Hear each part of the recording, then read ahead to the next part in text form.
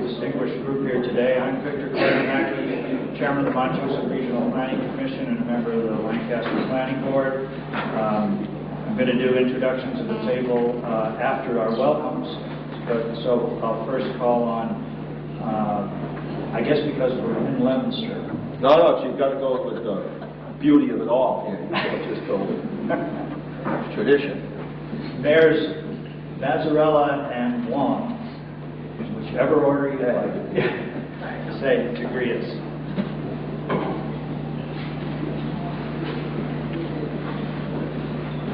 Good morning. So I first have to say what a wonderful sight it is to see all of you here versus all dispersed in your various EOCs.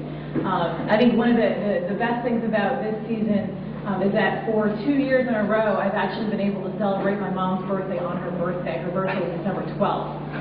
So 2 years ago, we celebrated her birthday around Christmas, and we weren't even sure we were going to do that. So I think based on the work that all of us did in 2008, I think we had some good karma coming to us in the past 2 years. Thankfully, cross your fingers, have been great. But that being said, I don't think any of you have been idle in the least. You've been hard at work putting together plans, whether it's regional special needs shelters or the disaster mitigation plan like this. So I have to say that I've been to several meetings like this. MRPC has been at the forefront of pulling together all of us regionally so that we have these plans in place. And we're all our citizens and all of us are going to be better for it.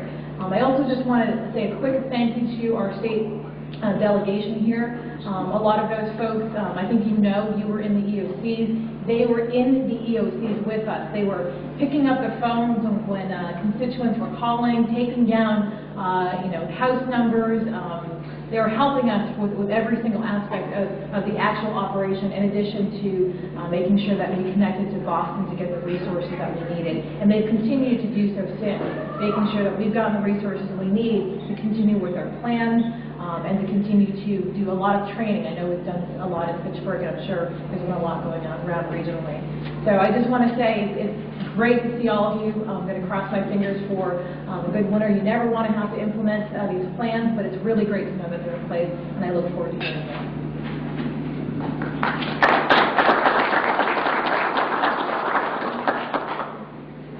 Good morning. I was trying to forget this. I don't know about you, but I came in and took a look at the pictures and said, oh, this is what I've been trying to forget. The worst thing that could have happened, I mean, let's put a humorous side of this whole thing. After I realized how bad this storm was, and everybody's got their own story, right? Everybody's got a story. We all forgot about the blizzard of '78, and now it's, where were you during the ice storm? Where exactly you were, and what was your story? And so what happened to me is, all the lights went out in town, just about a couple pockets of town that didn't go out. But lights went out at my house, which is a good thing because, last thing you want to do is have electricity in the bad storm. And then I got a phone call from our emergency management director letting me know that all the lights in my house were back on, all the Christmas lights up front were on, and the place just lit up, and that was around 7 o'clock in the morning. Luckily, they went back out, and I shared the pain with everyone else, but that was not a happy moment for me because people thought I pulled some strings to get my electricity going. The reality is I had to pull some strings to get them shut off.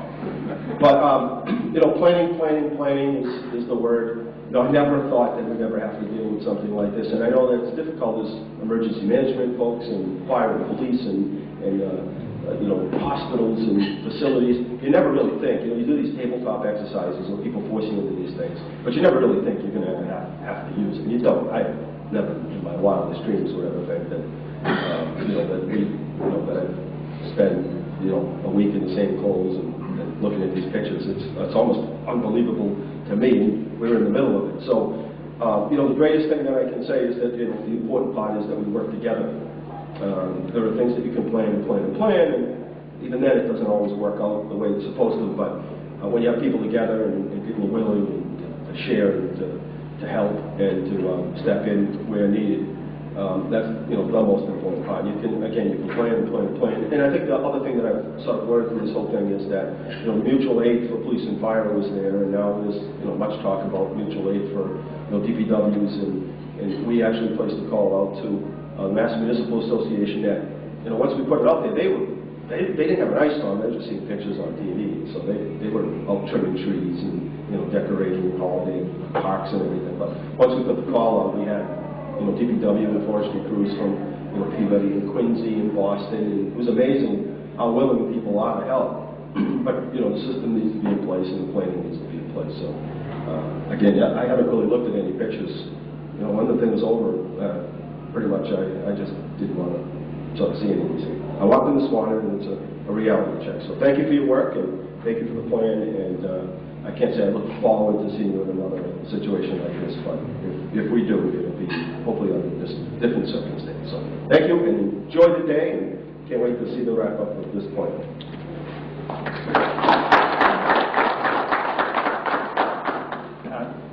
Thanks for those welcoming words from the mayors. And I was going to start out sort of like, where were you 2 years ago today? Now, of course, this was a few days after it, and if you were like me, you were fortunate you only lost power for 40 hours. But what Mayor Mazzarella just said was true, and I'm reminded of, I think it was Joyce who said, history is a noise in the street. We borrowed a generator, which we ended up not using because when I went to plug it in or to fire it up, I opened my refrigerator and saw that the light had come back in, even though we'd taken all the food out to put it outside. He's in Sudbury, and they were doing all their Christmas things. Everything was fine. But out here, and particularly slightly north of here and in these towns, people were hurting for a long time. So I want to welcome you all here. Obviously, on December 11th, 2 years ago, we discovered how vulnerable we were, and we were grateful that the Federal Department of Commerce's Economic Development Administration realized the importance of disaster planning, and we went for 2 years with this disaster mitigation plan that's being rolled out today, and we're actually moving forward with a regional energy plan with another grant that we're working on at present. So this is maybe, as Churchill would say, the end of the beginning in terms of our dealing with emergency power needs and power needs throughout the region to keep us economically viable. That will be very important as we move forward. We've got a distinguished group at the head table, most of whom will be speaking, and I'll introduce them as we move forward.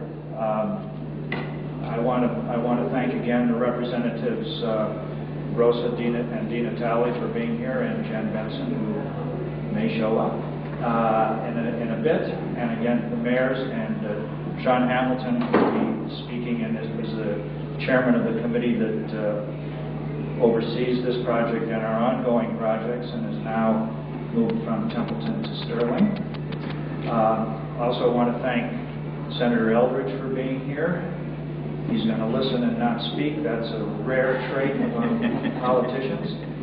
Glennie, our executive director, will wrap this up at the end. And Jennifer Siciliano and Guillermo Weyer, who's sitting at the table here, will be the ones presenting the PowerPoint presentation on our emergency backup power sources.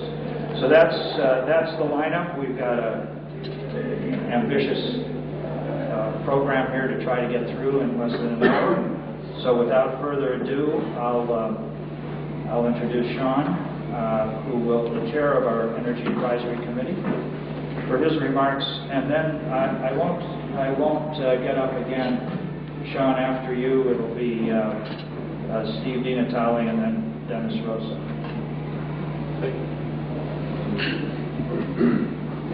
Thank you. Good morning. I'll be very brief.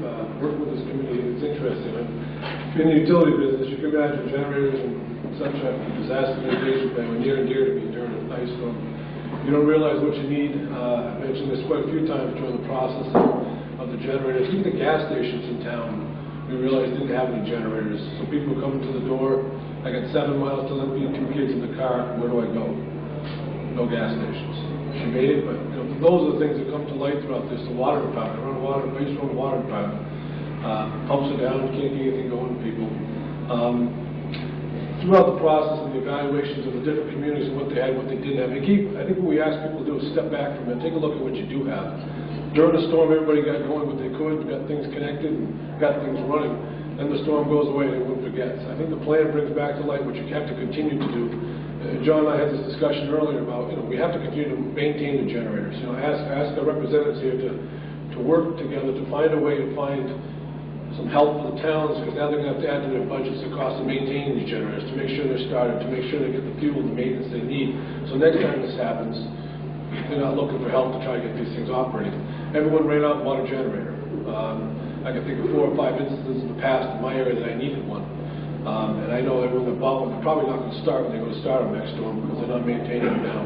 So this is the start, and I think Vic said it perfectly. This is the beginning. We pointed out some things. I hope the towns take the advice, and the various agencies, the water, the DPWs, the fire, they all went through this, and they know what people went through. And I hope that we can use what we learned through the mitigation plan to get some backup power sources, maybe some regional power sources. That's another level. But perhaps some renewable energy we can bring into the various towns, so during these situations we could use these power sources and not rely on the transmissions that carry in power from great distances of New Hampshire, New York, Canada. Regional sources of power would have been a great thing to have, because I know in our case transmission was down for three days, and that really hurts. And your system's ready to go, and you can't get it going because the main lines are down. It makes it very difficult. That was for everybody, not just us.